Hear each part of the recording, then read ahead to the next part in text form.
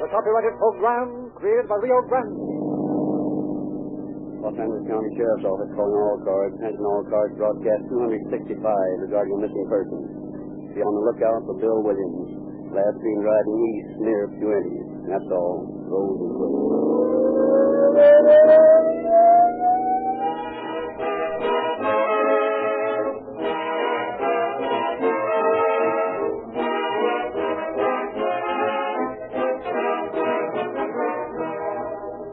This is Frederick Lindsley speaking. The man who is responsible for your program sat down with me after a recent broadcast to talk things over. He said that no one could be happier with the way the program was being presented, that he knew Calling All Cars has a tremendous audience. But, said the man whose responsibility it is to justify the many thousands of dollars it costs to bring you these broadcasts, while nothing we do brings us more pleasure than giving this program, we would like to have some concrete expression of loyalty to Calling All Cars on the part of those who never miss a program, but who, for one reason or another, never have gotten around to their neighborhood Rio Grande station for a practical application of that loyalty. I'll leave it up to you.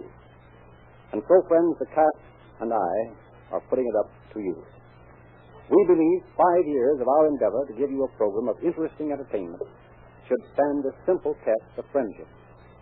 If you have enjoyed Calling All Cars, will you put Rio Grande products to one fair test? The size of your purchase doesn't matter. All we want to do is prove that you folks will respond to a reasonable and fair request. The sponsor wants me to express to each of you who so graciously responded in the last week our sincere personal thanks. May we expect the same friendly gesture during the last week from those of you who haven't taken the time to see your Rio Grande theater. Will you make a point to see him tomorrow? Wish him a Merry Christmas and thank him for Calling All Cars.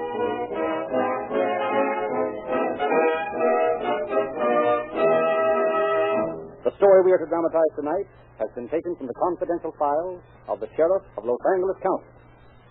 We have therefore asked Sheriff Eugene Biscaloo to open our program. Thank you.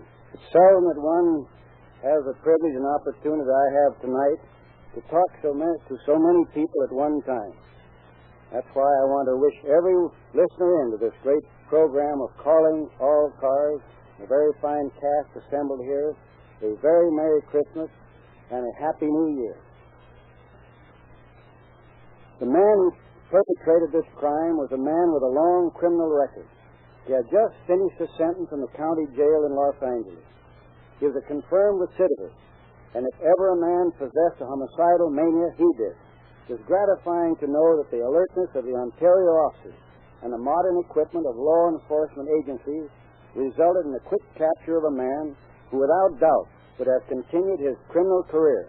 How the lesson that crime does not pay was brought home to the criminal in tonight's story we shall hear as the program proceeds.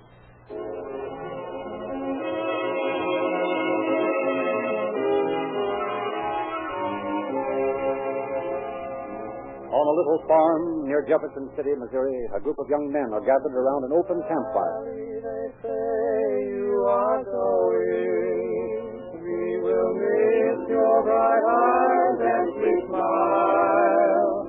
For they say you are taking the sunshine that brightens our pathway a while.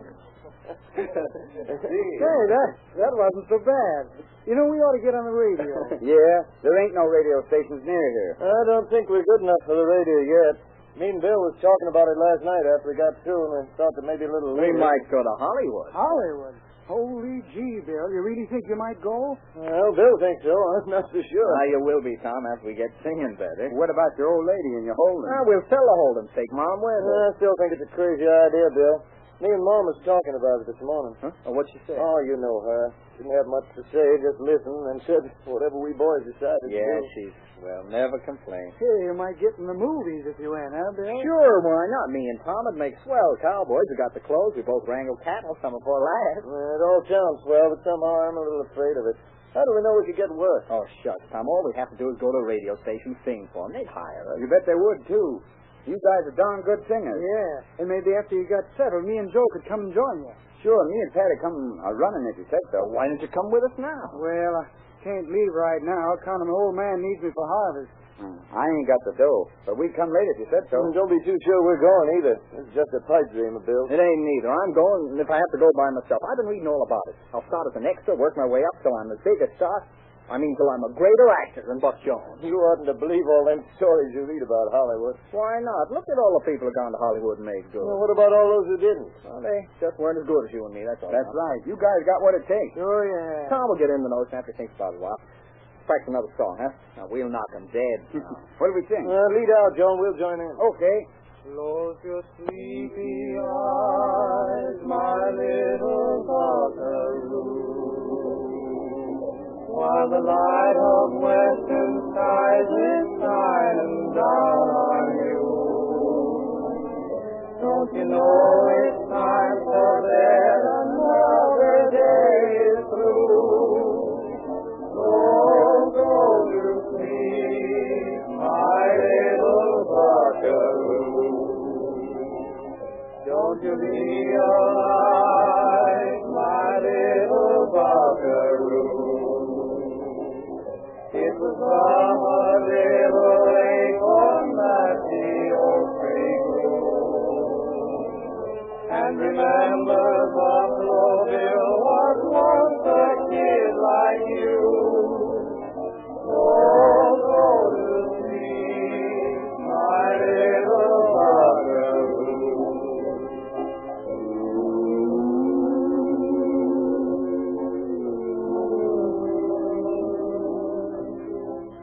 Soon you're gonna ride the range like grown-up cowboys do. Now it's time that you were rounding up a dream or two. Go to sleep, my little buckaroo. So the seed was planted. A few months later, we find Mrs. Annie McWilliams and her two sons, Thomas and Bill, in an auto court on the outskirts of Los Angeles. Bill, Tom, breakfast is most ready. Those boys. Boys, breakfast is ready. Hurry up. Yes, ma'am. I never in my born days. Practicing mastering. What next? Oh, well, maybe it's all for the best. Oh, gee, Mom, more cake. Gee, they smell good. Sit down and eat your bran. These up every minute. I declare to goodness. What's the matter, Mom? Nothing, except we've been here over a week now, and all you boys have done is play around and drive the wheels off that car. Oh, but gee, Mom, we got to be able to find a way around, ain't we? We don't want to be taken for hicks. Is that a crime? To be taken for hicks, as you call it? Bill didn't mean that, Mom. He means we have to learn the ropes and get acquainted with our surroundings. Know where the radio stations are and the picture studios. Yeah, Hollywood's a lot bigger than either of us thought it was, you know, Mom. Gosh, it's spread over the whole blame country. It's too big for me. You sorry we came, Mom? No, I'm not sorry. That is, if you boys get to be famous. Oh, we will, Mom. It's a cinch. Wait till we get started. We'll show 'em, won't we? Well, I hope so, for Mom's sake, anyway. Give me your cereal dishes. Your cakes are ready. You know, Mom, we heard about a place called Central Casting today. We're going to register there for work tomorrow. Central- Then we'll show you. We'll be so Central busy. What's that? I'll tell you, Mom, you see, you register there for work and tell what type of acting you do and everything. And every time there's a part that fits you, they call you and you go to work. Sounds mighty good. Of course, on the other hand, suppose they don't have many calls for the type of work you do. Don't eat so fast, Bill. Say, Mom, we'll be so busy and make so much money, we'll make your head swim. We'll each have our own car and all the clothes we want, a swell house in Beverly Hills, a gardener, a maid. There'll be 2 maids, and a chauffeur. Gosh, it'll be swell. Not so fast, Bill. Wait till we make our first million before you spend it. Bill is always so impulsive. I do hope you don't get into any trouble. Please be careful who you pick up with. I expect Hollywood's full of all kinds of awful people. Oh, Mom, quit worrying. Everything's working out swell, ain't it, Tom? Well, we ain't done much so far but golf, but I guess we'll make it all right. Sure we will. Then we can send for Pat and Joe. Yeah. Well, we better get going. This is Monday and a good day to start out. Oh, the sooner the better. It'll be Christmas pretty soon. We want to make a few $1,000 between now and then so we can have a nice Christmas. Be careful, boys. Watch your driving. These crazy people out here will run you down if you don't watch out. We'll be careful, Mom. Don't you worry. We'll phone you as soon as we get lined up, Mom. You really think you'll get a job today? Oh, sure. Now, look, why don't you go over to the office and listen to the radio, and when we phone, you'll be right there. We'll see. Goodbye, Mom. We'll be home for supper early. So long, Mom. Good luck. And phone me just as soon as you sign the contract.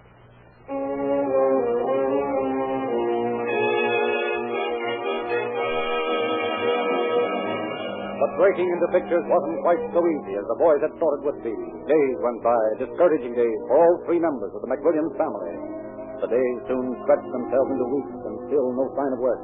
The boys began parking their car in a central location and walking to the various places that might give them a few hours' work. They registered at Central Casting and soon learned that organization didn't call and offer a job. The mother's face grew thinner and more pallid. New lines appeared. The boys would have to take some kind of employment soon. Their money was getting low. Oh, I'm glad you're home. No, Ma. Oh, Well, how'd you get along today? Any luck? no. Now, don't be discouraged. You'll find something soon. Gosh, you'd think with all the pictures and radio programs that you could find some. You will. Hungry? Not very. What did you have for lunch? Milkshake. A milkshake. Why, land above, that ain't enough lunch. No, you're spending a lot of money for lunches. Milkshake's enough. Not the way you boys like to eat. Put the table up and we'll eat in about 5 minutes. Bill, you run over to the grocery and get some milk. Okay, Mom. Got any money? Maybe you better give me 2 bits. Okay, here. Hurry back now. Help Mom. Okay. Better get our milk, Bill. Okay, Mom. How do you feel, Mom? Fine. Now put that table up like a good boy. Sure. You know, Mom, I think we ought to go back home. Why, Tom, what makes you say that? We can't find any work. We're going to go broke. You mustn't be discouraged. Here, put these knives and forks around. But I can't help being discouraged, Mom. We call Central Casting every day, and all they say is, call later, call later. We go to picture studios, and the gateman won't let us in. We haven't even seen a picture being taken, let alone working But one. you will. I know you will. You go to the casting offices of the studios, and they almost laugh in your face. What about the radio station? Well, we've auditioned at all of them. And they all say the same thing. We haven't anything right now, but keep in touch with us. That's all we get all day long. Why don't you take a regular job? Get a job in a gas station or in one of these nice big markets. You could look for something else in your spare time. I thought of that. But before we did that, I'd rather go back home and work for somebody on a farm again. This place gives me the creep. Everybody and their grandmother seems to flock here with the same idea we had. Whatever you boys decide to do. Well, this was all Bill's idea in the first place. I should never let him talk me into it. Even if you are 2 our twins, Bill almost seems younger than you are. He's more irresponsible. You're more steady. Darn glamour that's got him. Believe me, Hollywood's not all it's cracked up to be by a long shot. I wish Bill would hurry and get back. Everything's ready. Probably thought he saw a movie star and was following to see who it is. Maybe you'd better go and see if you can find him. We'll wait a few minutes. Any mail? No. There's a bill there on the icebox. Must be from the garage. Had to have the wheels lined up. Tires are wearing out. It's always something. That sounds like Bill now, talking to somebody. About time. Wonder who it is. Huh. Some dark-haired, smooth-looking guy. Looks like an actor. Maybe one of the studios have sent for you. They're coming over. Oh, dear. Is my hair messed up? No, he looks swell.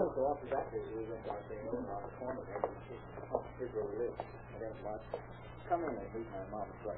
Sure, with pleasure. Oh, Mom, I want you to meet Mr. DeBose. How do you do? Won't you sit down? We haven't much room. Here, take this stool. Thank you, Mrs. McWilliams. This is my brother, Tom. How are you? Mr. DeBose is an actor. How interesting. You are the first actor I've ever met, Mr. DeBose. The woods are full of them, Mrs. McWilliams. Mr. DeBose says he can get us both some pictures. Oh, how wonderful. My boys are trying so hard, and they've got talent. Really, they have, Mr. DeBose. Why don't you sing for him, boys? Later on, Mom. Tell me, Mr. DeBose, how can you work this miracle? It's really no miracle, Tom. You see, I have a relative that's a producer, and of course I've done considerable work myself. There's really nothing to it when you know the role. Mr. DeBose says it's all full. Who do you know? He knows the right beat. And you're going to introduce my boys to directors? Something like that. Probably won't be able to get both of you in at the same time. I'll have to take you one at a time. Here's your chance, Bill. Oh, no, your chance. You're more anxious than I am. We'll flip the coin. Nope. This is your chance. Oh, gee, you know that. Well, who knows? If Bill here gets a small part in some horse opera and is good... Opera? You mean my Bill's going to sing an opera? Oh, no, Mom. Horse opera is what they call Western pictures. Oh, you see, Mr. DeBose, I'm not very well acquainted with the way they do things out here in the names of you. I understand. But as I was saying, if he's destroyed tomorrow, you may see his name in big electric lights on Hollywood Boulevard. And that's the way things happen out here, overnight. You see, Mom, it's just like I always said. Gosh, Mr. Boat, I don't know what to say. How to thank you. That's all right, my boy. Always glad to help out a newcomer in our magic city. Now I'll have to run along, but I'll be back tomorrow about noon, and we'll go and get started on the right road. God, it's all too good to be true. Oh, almost forgot. My car's laid up in the shop. I wonder if it would inconvenience you any to take yours. Oh, heck no. You got those front wheels fixed, didn't you, Tom? Yeah, there's a bill over there already. That's right. Can I pick you up, Mr. DeBoe? Well, it might facilitate matters. Here, I'll write the address. No, I'll tell you what you do. You meet me at Hollywood and Vine, say 12 noon. You can get a bite to eat, and I'll go over the dope with you then. Okay, Mr. Boat, okay. Gosh, just imagine. I'm going to be a movie star.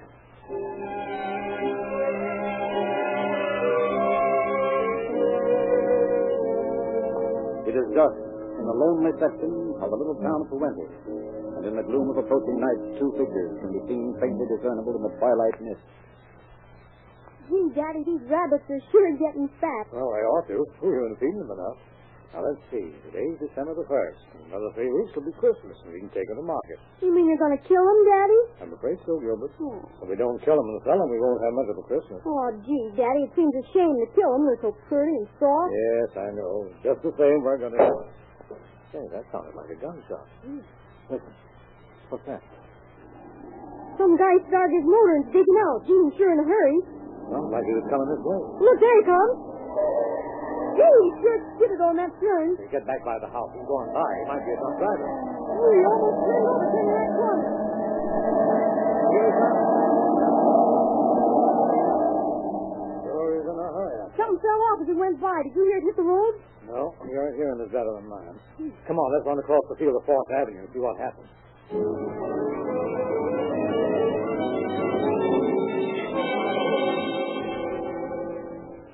Battery in this flashlight isn't so good.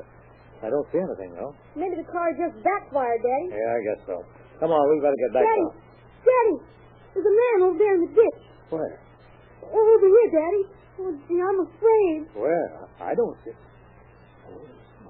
Is he sick, Daddy? Afraid it's worse than that. Come on, son. Let's get back to the house and report this to the police.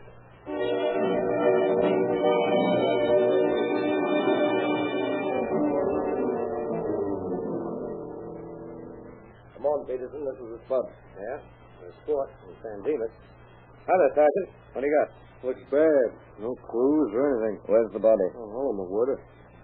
Hey, you and Peterson sure got out here quick enough. Yeah, about 11 minutes after we received the call. That's the body?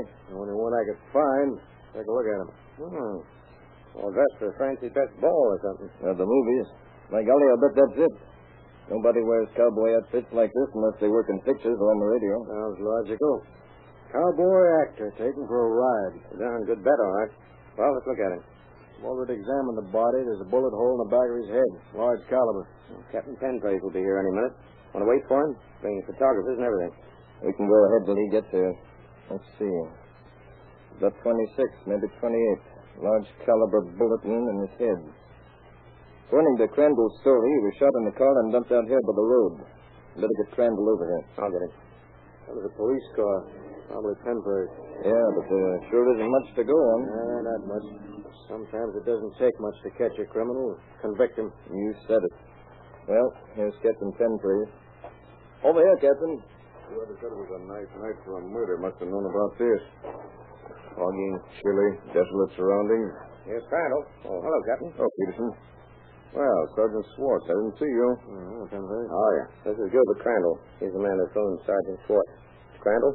This is Captain Penpraise, the sheriff's officer. That's nice. Crandall. Well, let's hear the whole story. Well, there isn't much to tell. My son, Junior, and I was feeding the rabbits when we both heard what we thought was a gunshot. A second later, we heard a car start up and come tearing down the road in this direction.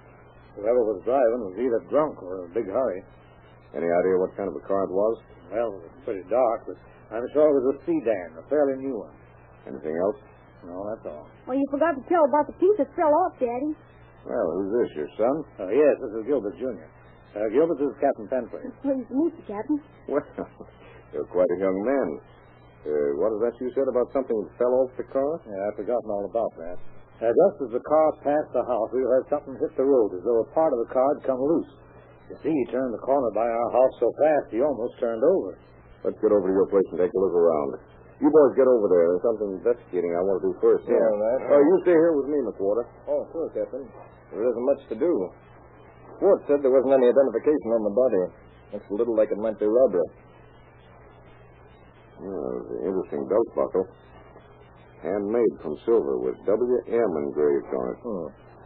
Well, that's something. Let's see what else. This ring looks like it might be the insignia for some secret order. There might be something back of it. Hey, here's his hat. The label gives the store in Kansas City, Missouri. 10-gallon Stetson. Well, that doesn't help much, but we'll check on it. No, his wallet missing makes me think he might have been killed and robbed. What do you make of the clothing? Cowboy, but the clothes are too new. Well, I had an idea he might have worked in the movies. What do you think? Well, George Mac, I think you've hit it. We can check through central casting and the casting offices of the different studios. On the other hand, he might work in radio. So we'll check everything. Well, I examined his fingertips, and I don't think he plays a string instrument. But that doesn't prove much. We better get the body moved to the morgue. Yeah? And at the same time, Who's that? Sounded like Peterson. Yes, there he comes. Well, we found it, all right. Something did fall off the car. Good. What was it? This. A Chevrolet hubcap. They found it on the left side of the road. Well, now we've really got something to work on. I'll phone headquarters right away. You boys can get busy with the tire marks on the pavement. According to Crandall, the guy was driving a sedan with a hubcap missing on one of the left wheels.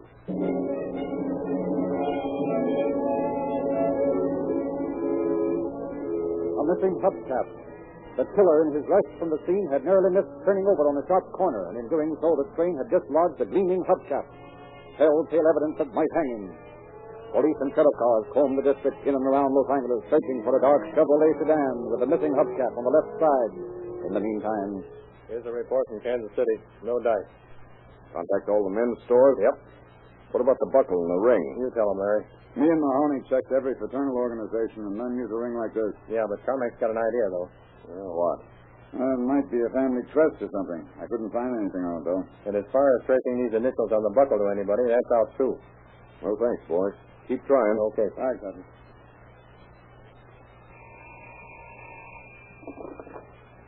Captain Pentrace speaking. Central Casting calling. We have a report for you on the Twain murder victim. Good. Let's have it. Well, we checked his photograph, the initials WM, but we couldn't find the thing. If he worked through this office, it must have been several months ago. We have a little record now. Oh. Well, thanks anyway for your trouble.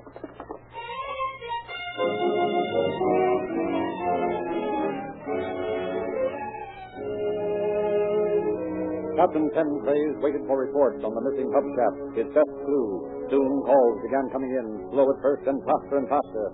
But as each was checked, each suspect was cleared. Alibis, hubcaps, rings, buckles, cowboys, movies, all went through the captain's mind like a gigantic kaleidoscope. And then on the streets of Hollywood appeared extras telling of the brutal killing of the cowboy.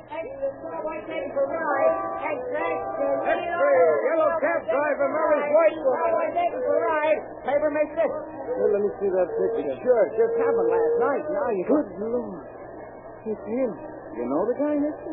Yes. You do? Well, who is he? Why was he work? Was he a friend? Hey, wait a minute. The guy was on the scene yesterday, Walker. Oh, Extra.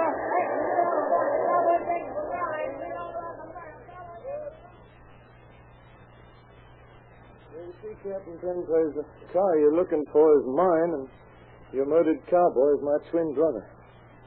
I'm sorry, Mr. McWilliams. It'll be a terrible shock to your mother, I'm afraid. Yeah. I don't know quite how to tell her.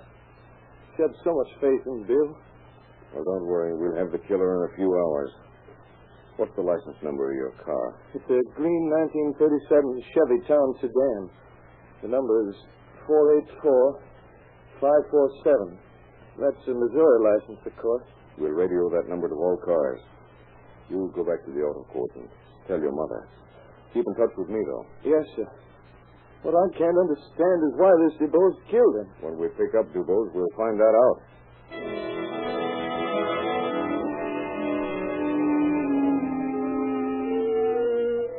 Then, while newsboys screamed their level lungs forth in the streets of Hollywood, a well-dressed man stood before a police judge of Ontario, California, a quiet business town east of Los Angeles. You are charged with drunk driving. Are you guilty or not guilty? Guilty, Your Honor. $100. You realize, of course, that I'm an actor in Hollywood, and my brother-in-law is a big producer. My wife is a direct descendant of President Buchanan. I'm very well connected. $50 of which is suspended. Oh, Your Honor, that's splendid of you. I can use that 50. Where do I pay my fine? I'll take it. Here's a receipt all made out. Oh, thank you, officer. And thank you, Judge. I really didn't mind spending the night in jail at all. You're very accommodating. Well, if I were you, I'd lay off the booze. Next time you might not be so lucky. Suppose you'd killed somebody. Yes, I understand, Your Honor. My, that would have been terrible. Suppose I had killed somebody. Well, good day, gentlemen. Good day. Very nice guy. Yeah. We don't get him that nice in here very often. Says his name's Alden Barker, and that he's in the movie. Yeah? Don't think I ever saw him, though. Oh, me neither. But I bet he gives the women an extra thrill. Calling all Wait a cars. minute. Attention all cars. The killer in the Puente cowboy murder case is a well-dressed man named DuBose, driving a green Chevrolet sedan. Missouri license. Number 484547. 484547. Hubcap missing from one of left wheel. Take no chances. This man is armed and dangerous. That guy just walked out of here. He had a Chevy with a Missouri license. You're right. Come on, we can still catch him. Which way did he go? There he is. Just driving his car. Hey, you. Wait a minute. Careful. He may start to shoot. Get your hands up. Get him up. What? Oh, surely, gentlemen, there must be some mistake. Sure there is. The mistake is that you're driving a Missouri Chevy with a missing hubcap. Come on, get out of there. What? Oh, this is ridiculous. What's the charge? There's nothing ridiculous about this, my friend. And the charge is murder.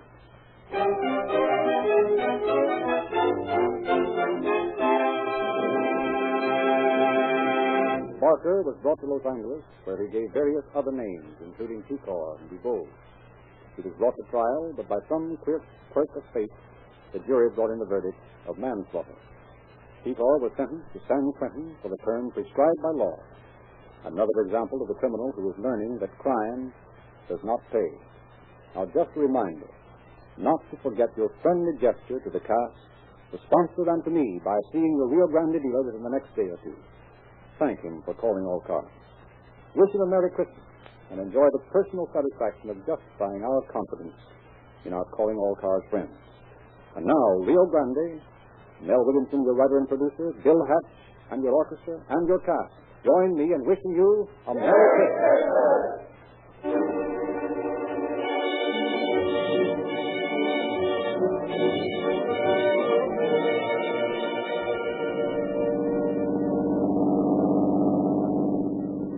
Los Angeles County Sheriff's Office calling all cars, attention all cars, cancellation broadcast 265 regarding a missing person.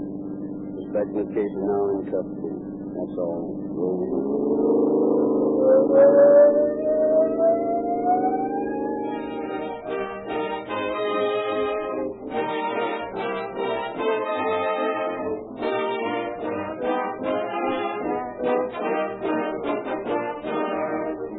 This is your narrator, Frederick Lindsley, bidding you good night for Rio Grande.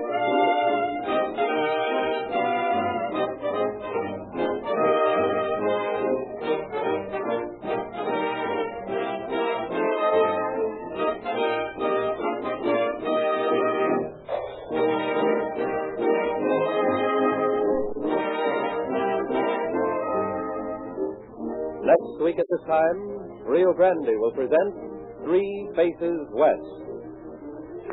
This is the Columbia Broadcasting System.